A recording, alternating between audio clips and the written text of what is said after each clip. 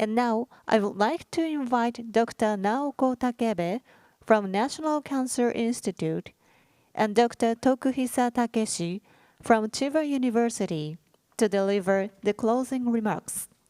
Dr. Takebe, over to you. Thank you very much for the kind introduction.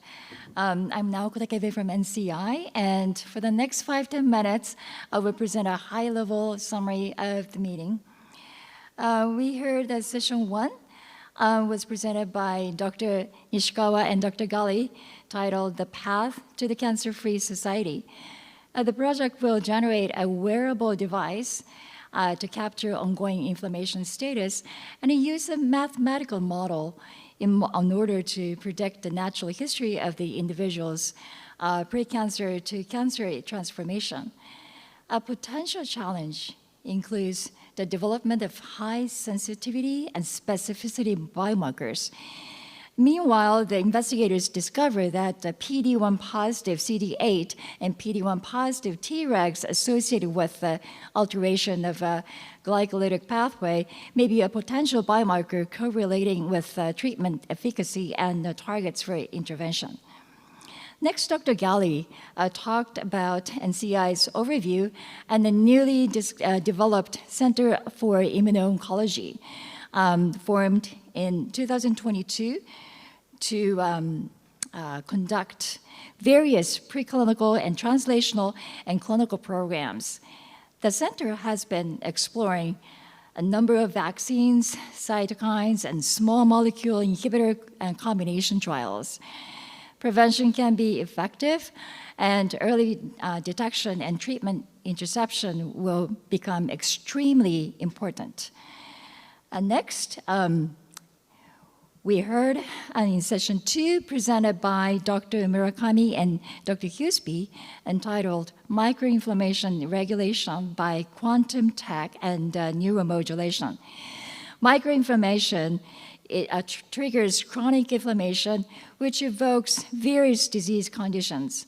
Dr. Murakami and his group established 3 platforms to detect and eliminate microinflammation associated with pre-diseases using quantum tech and neuromodulation. Dr. Murakami focused on autoimmune disease and to improve the sensitivity for pre-disease detection using peripheral blood lymphocytes. The team will measure the MHC class 1-2 tetramers, and autoantibody screening library will be used in collaboration with Dr. Eric Huseby. Disease-specific soluble factors from immune cells are detected by the quantum diagnosis platform. In summary, the team's ultimate goal is to detect microinflammation by wearable devices linked to automated medicine to find the disease and cause a gateway reflex to treat inflammation at pre-disease period. Dr. Huseby, a presentation entitled Why MHC2 Heterozygosity Limits Type 1 Diabetes Susceptibility, provides an example of such altered MHC class 2 causing autoimmune disease. And his proposed model was how to 6ER6 positive CD4 T cells influence autoimmune CD8 T cell function. And the work is in progress. In session 3, presented by Dr. Nangaku and Dr. Kiching, titled Conquer Non-Communicable Disease by Control of Inflammation. Inflammation will be detected by innovative remote sensing technology using super-sensitive skin gas sensor and new inflammation markers, which will be controlled by optimization of exercise, sleep, diet, and stress, which can be done at home, yet still under the healthcare system to collect data. The team has developed lifestyle biomarkers such as exercise biomarkers by analyzing substances secreted from muscles and bones, detected by innovative inflammation sensing technology with a numerical assessment, which will be analyzed by the real-time data management system. The Dr. Kitching presented his work on CD4 positive T cells in glomerular inflammation, Inflammation is critical to both acute and progressive kidney disease. Autoantigen-specific regulatory T cells and CD4 positive T cells are closely associated with the pathogenesis.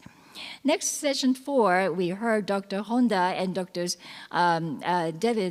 Devlin's presentation on mitochondria and healthy longevity.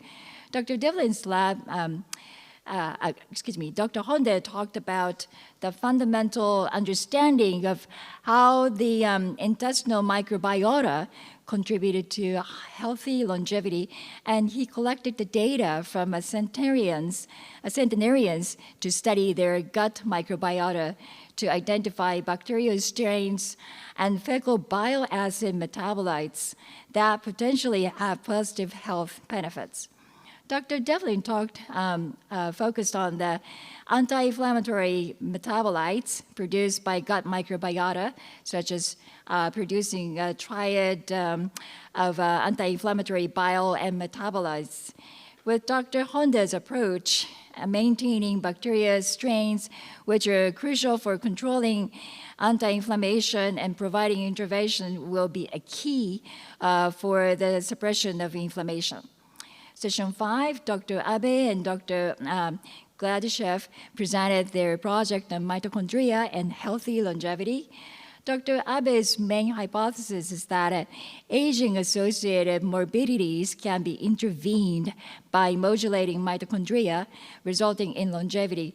To fix sick mitochondria, they will develop MA5, which causes ATP production. MA5 is currently at a phase 1 clinical trial stage and will become available for medical care in 9 to 17 years, so we'll look forward to it. Also, Dr. Abe touched on epigenetic age clocks and the mitochondria omics association and the clinical data to be collected. Dr. Gladyshev presented quantitative biomarkers of aging and rejuvenation. To study signatures of longevity, rejuvenation, and signatures, and finding actionable biomarkers of aging will help identify targets of aging and rejuvenation, which will be intervened by diet, pharmacological, and genetic approaches. He studies epigenetics and transcriptomic clock to identify factors that is causing the aging process. The clock base is an online platform to explore and analyze the biological age of 300K GEO samples under 7K experimental conditions using many aging clocks. Session 6 theme was deciphering the mysterious function and regulation of sleep, presented by Dr. Yanagisawa and Dr. Aton. Dr. Yanagisawa presented his molecular pathway approach to studying sleep from kinase epigenetics and transcriptional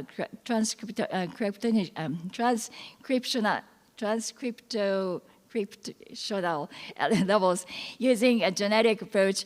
How our daily sleep time is regulated is unknown. There is a switch mechanism to regulate awake and sleep. LKB1, SIK3, HDAC4-5 pathway seems to regulate sleep. Dr. Aton talked about the network and the cellular mechanism of disrupting memories by sleep loss. Sleep promotes long-term memory storage, but its mechanism is unknown. One of Dr. Aton's discoveries includes overnight sleep disruption reduces hippocampal activity during memory encoding, and ribosomal S6 phosphorylation is a marker. Neurons encoding new memories are reactivated during sleep, a process required for proper memory storage.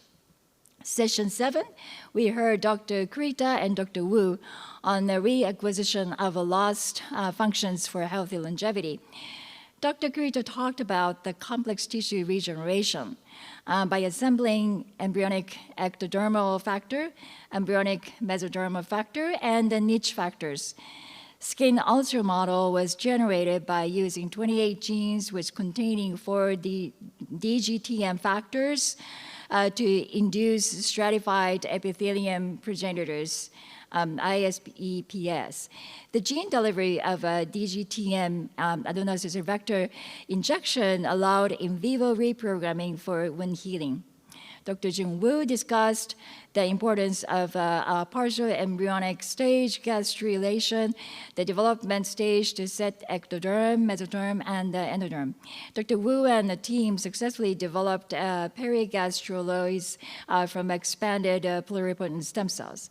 In session 8, we heard presentation by Dr. Koseki and Dr. Serrano on reprogramming the disease states into the normal. Dr. Koseki talked about his vision for treating cancer by cell lineage conversion, which means converting cancer tissues to normal tissues by intervening the homeostatic mechanism of the diverse cells into the tumor microenvironment. The cell lineage conversion into a normal tissue via reprogramming of the senescent cells will be applied to ileal germinal center B cell senescence models. Dr. Serrano discussed partial and reversible reprogramming in an in vivo mouse model treated with the Yamanaka factors. He used an old house model to explain the in vivo intermediate reprogramming, leading to rejuvenation. Interestingly, vitamin B12 is an important factor for sustaining one carbon metabolism during reprogramming.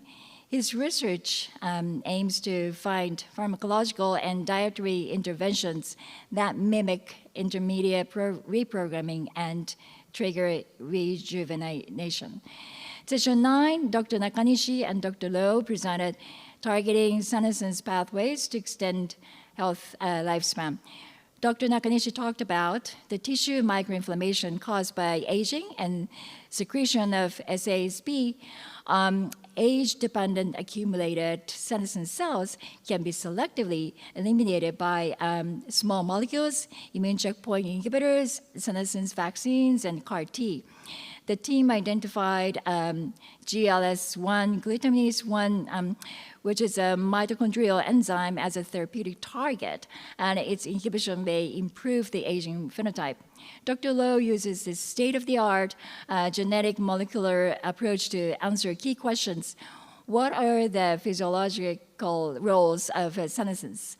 Can immune cells be engineered to target senescent cells selectively? So he explored a cell therapy approach, such as using CD19 targeting CAR-T to target senescent cells selectively in vivo. Another approach was using a nanoparticle-based platform to target senescent cells. Senescent cells in fibrotic tissue express P-selectin. Fucodyne-based nanoparticle targeting P-selectin are selectively internalized in the senescent cells. Moreover, BCL-XL inhibitor, navitoclax, and other SASP inhibitors have been tested. So in summary, it was quite impressive that all 9 teams addressed the cause and condition of chronic inflammation in depth and proposed the discovery of innovative biomarkers to detect microinflammation using super-sensitive wearable devices with novel data analysis system. It introduced optimal interventions to prevent various diseases. So I want to congratulate the AMED team for soliciting the Moonshot Goal 7 and organizing the first symposium, and all the investigators with the team for proposing cutting-edge projects aiming for a healthy longevity through the control of chronic inflammation. And thank you very much for inviting me to this symposium for the discussion.